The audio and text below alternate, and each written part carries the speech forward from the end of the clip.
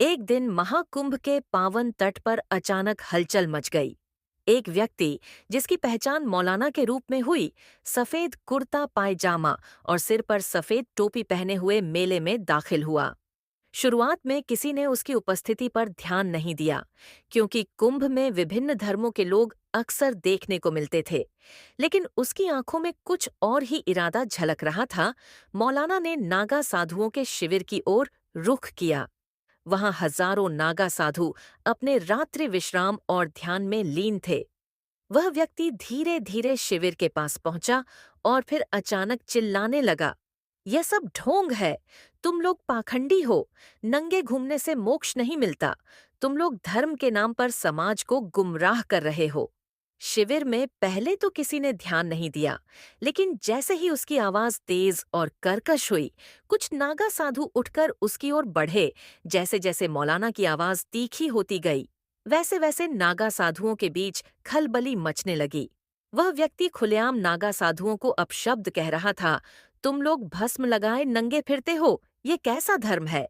असली ईश्वर की इबादत करनी चाहिए, न कि ऐसे मूर्खों की तरह आचरण करना चाहिए। अब नागा साधुओं का धैर्य जवाब देने लगा।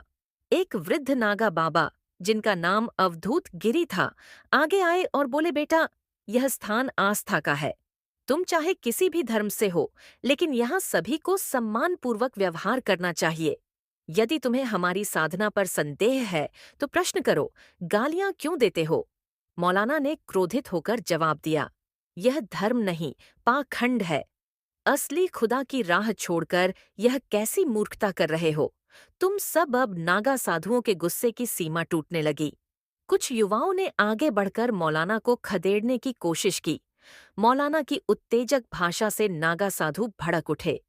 किसी ने शंखनाद कर दिया, जिससे पूरे अखाड़े में खबर फैल गई कि कोई बाहरी व्यक्ति साधुओं का अपमान कर रहा है।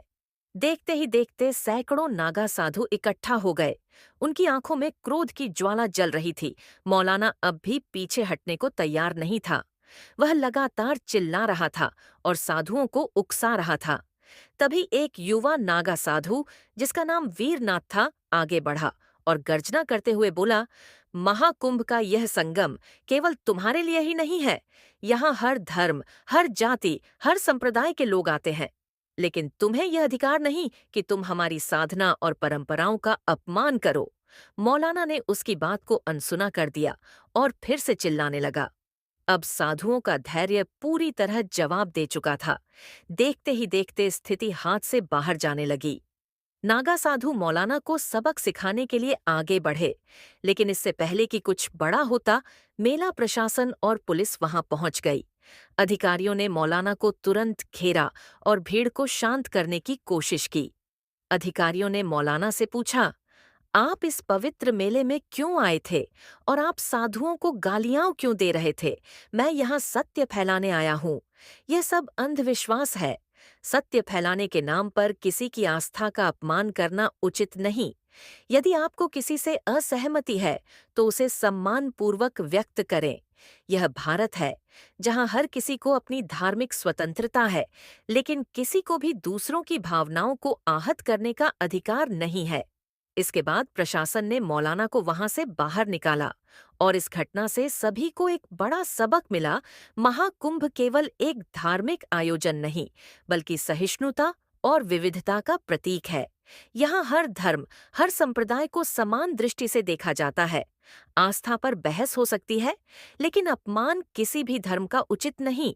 इस घटना ने यह साबित कर दिया कि धर्म केवल पूजा पद्धति नहीं, बल्कि एक भावना है।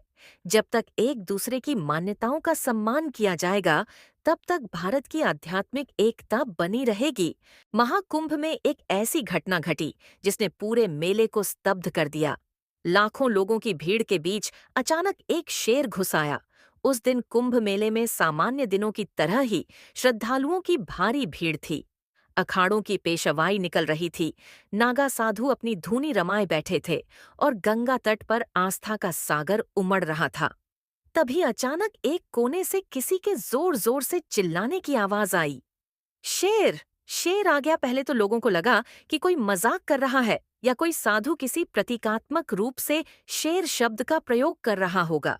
लेकिन जैसे ही लोगों ने देखा कि वास्तव में एक विशालकाय बाघ या शेर भीड़ के बीच से गुजर रहा है, हड़कंप मच गया। कुछ श्रद्धालु भगवान का नाम लेने लगे तो कुछ लोग घबराकर इधर उधर भागने लगे। भगदड़ की स्थिति पैदा हो गई। शेर शांत था, लेकिन उसकी उपस्थिति मात्र ही भयभीत करने के लिए पर्याप्त थी। शुरुआती अटकलें थीं कि यह किसी सर्कस या चिड़ियाघर से भागा होगा। लेकिन जब वन विभाग और प्रशासन ने जांच की तो पता चला कि निकट के जंगलों से यह शेर रास्ता भटक कर कुंभ मेले में आ पहुंचा था। गंगा किनारे के जंगलों में कभी कभी बाघ देखे गए थे, लेकिन कुंभ मेले जैसे भीड़भाड़ वाले स्थान पर किसी जंगली शेर का आ जाना अकल्पनीय था। वन अधिकारियों का मानना था कि संभवतः शेर को शोर शराबे और रोशनी ने आकर्षित किया होगा, या फिर वह गलती से इस तरफ भटक आया होगा। जब यह खबर अखाड़ों और साधु संतों तक पहुंची तो उनकी प्रतिक्रियाएं अलग अलग थीं। नागा साधुओं की निर्भीकता। कई नागा साधु, जो खुद को शिव के गण मानते हैं, शेर से भयभीत नहीं थे। उन्होंने कहा कि शेर का आना शिव का संकेत है और यह कोई बुरी घटना नहीं, बल्कि दैवीय लीला है, महामंडलेश्वरों की भविष्यवाणी। कुछ संतों ने इसे एक विशेष घटना माना और कहा कि यह किसी बड़े बदलाव या चेतावनी का संकेत हो सकता है। आम श्रद्धालुओं की घबराहट। साधुओं के विपरीत आम श्रद्धालु डरे हुए थे। उनके लिए यह एक भयानक स्थिति थी और वे इसे खतरे के रूप में देख रहे थे। शेर पहले तो शांत था, लेकिन जैसे ही भगदड़ मची वह भी विचलित हो गया। भीड़ का शोर शराबा और कैमरों की चमकती फ्लैशलाइट उसे परेशान कर रही थी। वह इधर उधर घूमने लगा और बीच बीच में गुर्राने लगा। कुछ श्रद्धालु इसे सिंहवाहिनी दुर्गा का संकेत मानने लगे। कुछ लोग इसे बुरा शगुन मानकर गंगा में स्नान करने लगे। पुलिस और वन विभाग स्थिति को संभालने में जुट गए। वन विभाग के अधिकारी तुरंत हरकत में आए और उन्होंने शेर को बेहोश करने की योजना बनाई। वन विभाग की एक टीम तुरंत घटनास्थल पर पहुंची। उन्होंने 3 योजनाएं बनाई। शेर को सुरक्षित घेरकर जंगल की ओर लौटाना, ट्रैंक्विलाइजर गन से बेहोश कर सुरक्षित ले जाना, भीड़ को नियंत्रित करना ताकि शेर को उग्र होने से बचाया जा सके। अधिकारियों ने पहले भीड़ को हटाने का प्रयास किया। पुलिस ने लाउडस्पीकर से घोषणा की और श्रद्धालुओं से शांत रहने की अपील की। इसके बाद ट्रैंक्विलाइजर गन से शेर को बेहोश करने की योजना बनाई गई। वन अधिकारियों ने सही कोण से निशाना साधा और दवा से भरा तीर शेर के शरीर में धंस गया। कुछ ही मिनटों में शेर की गतिविधियां धीमी होने लगीं और वह जमीन पर गिर पड़ा। जैसे ही शेर बेहोश हुआ, वन विभाग ने उसे पिंजरे में डालकर जंगल की ओर ले जाने की व्यवस्था की। लगभग 2 घंटे तक चले इस रोमांचक घटनाक्रम के बाद स्थिति सामान्य हुई। मेला प्रशासन ने राहत की सांस ली और श्रद्धालुओं को वापस मेले में लौटने की अनुमति दी गई। अखाड़ों की पेशवाई फिर से शुरू हुई और गंगा स्नान जारी रहा। वन विभाग ने आसपास के जंगलों में निगरानी बढ़ा दी। प्रशासन ने सुरक्षा उपायों को और सख्त किया। लोगों के बीच इस घटना की कहानियां फैलने लगीं। कुछ ने इसे आस्था से जोड़ा तो कुछ ने इसे सिर्फ एक संयोग। महाकुंभ में शेर का आना एक असाधारण घटना थी। यह दर्शाता है कि प्रकृति कितनी अप्रत्याशित हो सकती है।